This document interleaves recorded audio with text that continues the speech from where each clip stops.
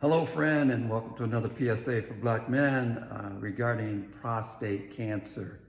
If you saw my last couple of videos, you know that this was a very challenging week for me. In fact, when I look back on the last 3 weeks, probably the most challenging 3 weeks of my entire life. And to be standing here right now in front of you to share with you what I know and what I've experienced and something that might be able to help you is a blessing, a true blessing that I am so aware of and so appreciative of. So thank you for checking in, because I want to share with you a few things that have happened that you might find very interesting, that you might find helpful in you making the decisions on how you move forward with your prostate cancer remediation. Now, I went into surgery, just a quick recap, went into surgery 2 weeks and 2 days, 2 weeks and 2 days ago. And you remember you had 3 options. One is to do nothing. You have a PSA that's high and you might be diagnosed with prostate cancer. Your option is to do nothing. And quite frankly, I was not having very many issues that I could point to as a result of prostate cancer. So life was kind of normal. I was out playing golf, whenever I wanted. I was working, I was doing whatever I needed to do, and I felt fine. So doing nothing, now that I look back on it, like, wow, maybe I should have picked that option and do nothing. But I will just caution you that eventually it will catch up with you. So I do not recommend that. I'm not going to tell you what you should be doing. I'm just telling you what your options are. The second option, obviously, was to get the surgery, or one of the other 2 options was to get the surgery, which I did. And if you remember, when I gave you those 3 options, the surgery option, I said there were some pros and cons to picking that option. There's pros and cons to picking the third option of radiation as well. I'm experiencing firsthand the cons of the surgery. Now, with any surgery, you have the potential of not waking up from the anesthesia. They put you under and you may not wake up. That's with any surgery. My last surgery, my only other surgery that I can recall, was in the 1990s. I was playing football and I tore my ACL, my anterior cruciate ligament, in my knee, and I had it rebuilt. And so I went into surgery there. I don't remember it being traumatic at all, other than surgery is not something you want to go through. But I was very young back then. And so I recovered fairly well, and it's kind of a distant memory. However, there's always a chance, and when you go under, that you're not going to wake up. They, in fact, have you sign a waiver, sign something that says you recognize that going under anesthesia can be can have morbid consequences. So I signed that, went through surgery, and I got out of it. Obviously, came out fine. The prostate is gone.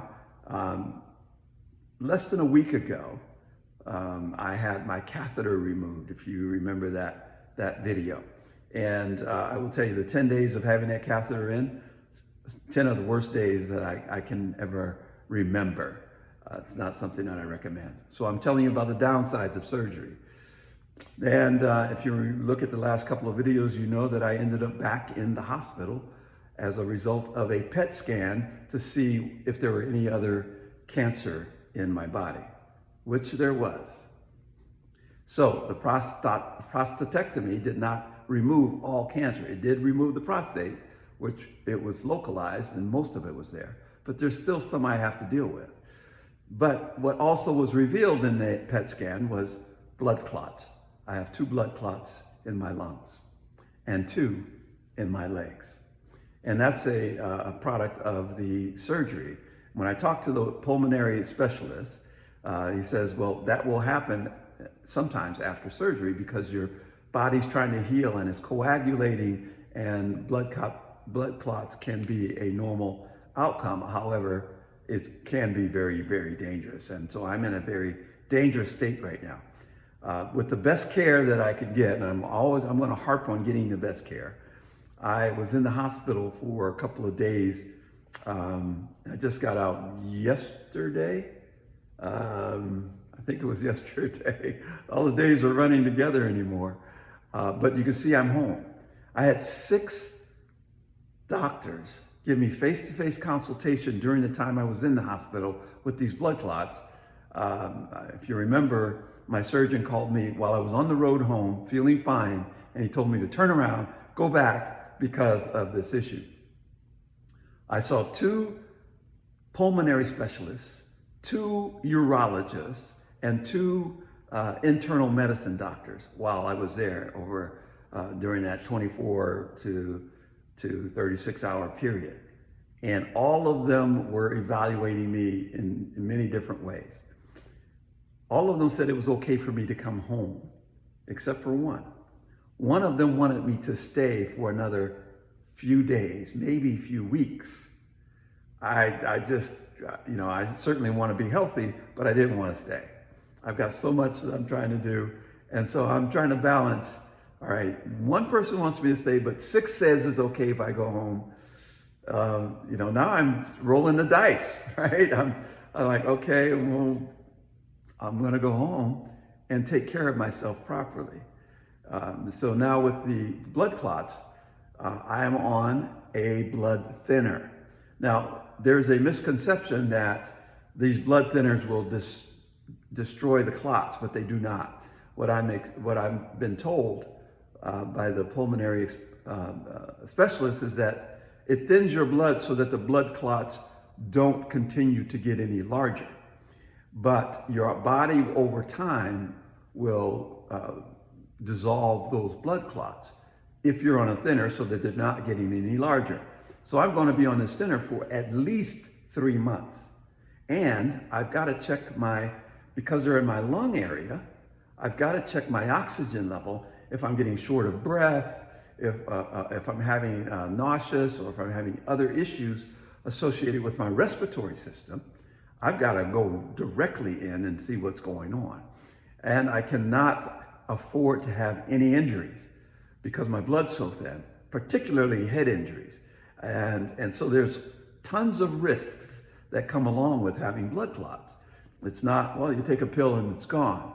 It's not that simple. At least 3 months, maybe 6, he said, of blood thinners to get through this. And of course, follow-up evaluations to see if they are in fact getting smaller over time.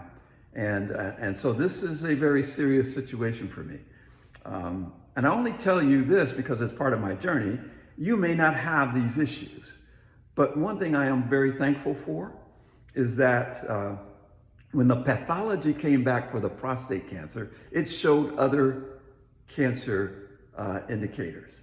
And so that forced me into getting this PSMA. This PSMA, this PET scan, is what revealed the blood clots.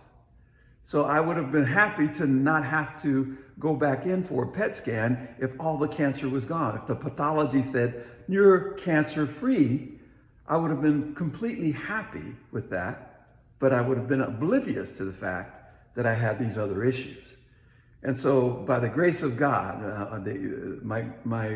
a beautiful lady tells me that it's the angels that are watching over you that had you go back in for this PET scan, and otherwise we wouldn't have known. And something devastating could have happened without me even knowing what it was.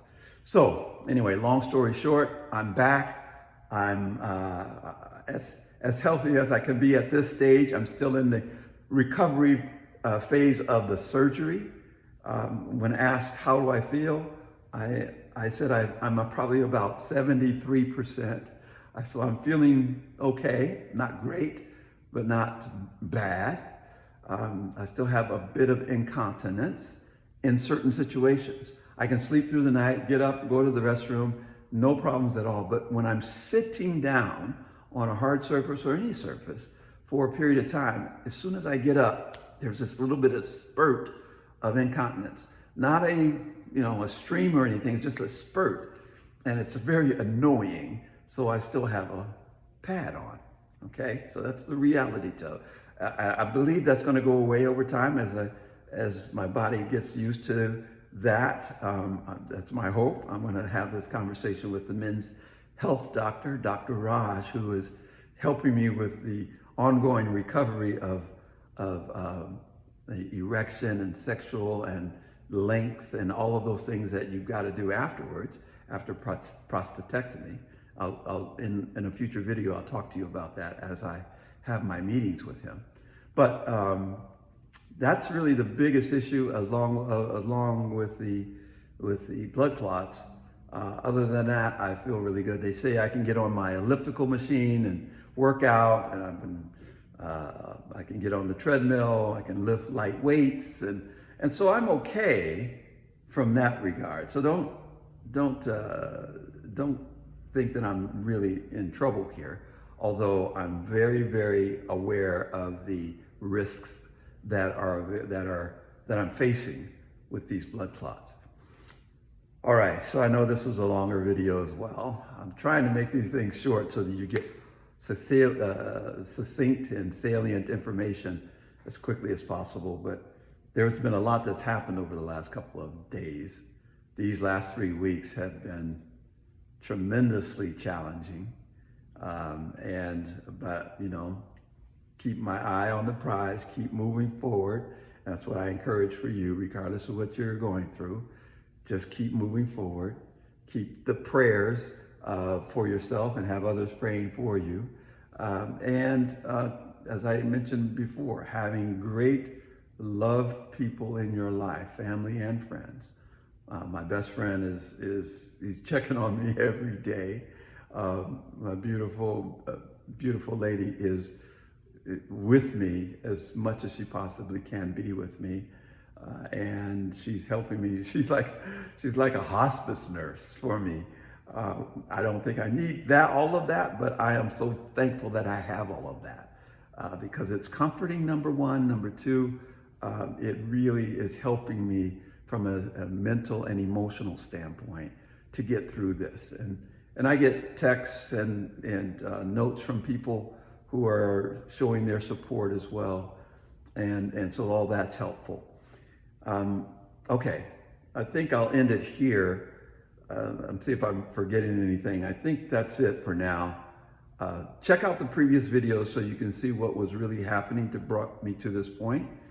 And my hope is that for the next 2 months that I don't have any other episodes, any other things happening, because in 2 months I get to meet with the pulmonary expert again, where they'll do another evaluation to see if I need to continue. Well, I will need to continue the blood thinners, but to see if I've made progress or digressed.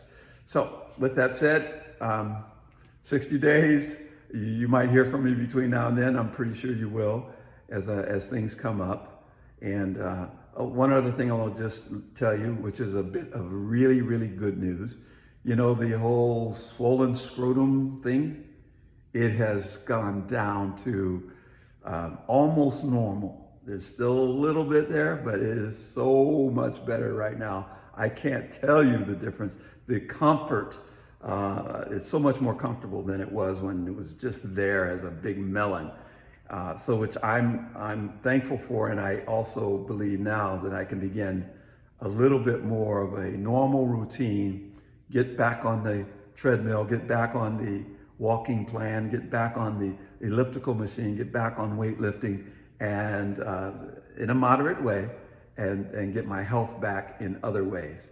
Because one thing that happens during this post-surgery period is that you are very inactive, and being inactive doesn't help your overall health. So I'm happy and excited to get active again so that my overall health improves as well. All right, that's it. Thank you for listening again, and stay tuned, because I'm sure there's more to come, and I hope some of this was helpful for you. Take care, and we'll talk again soon.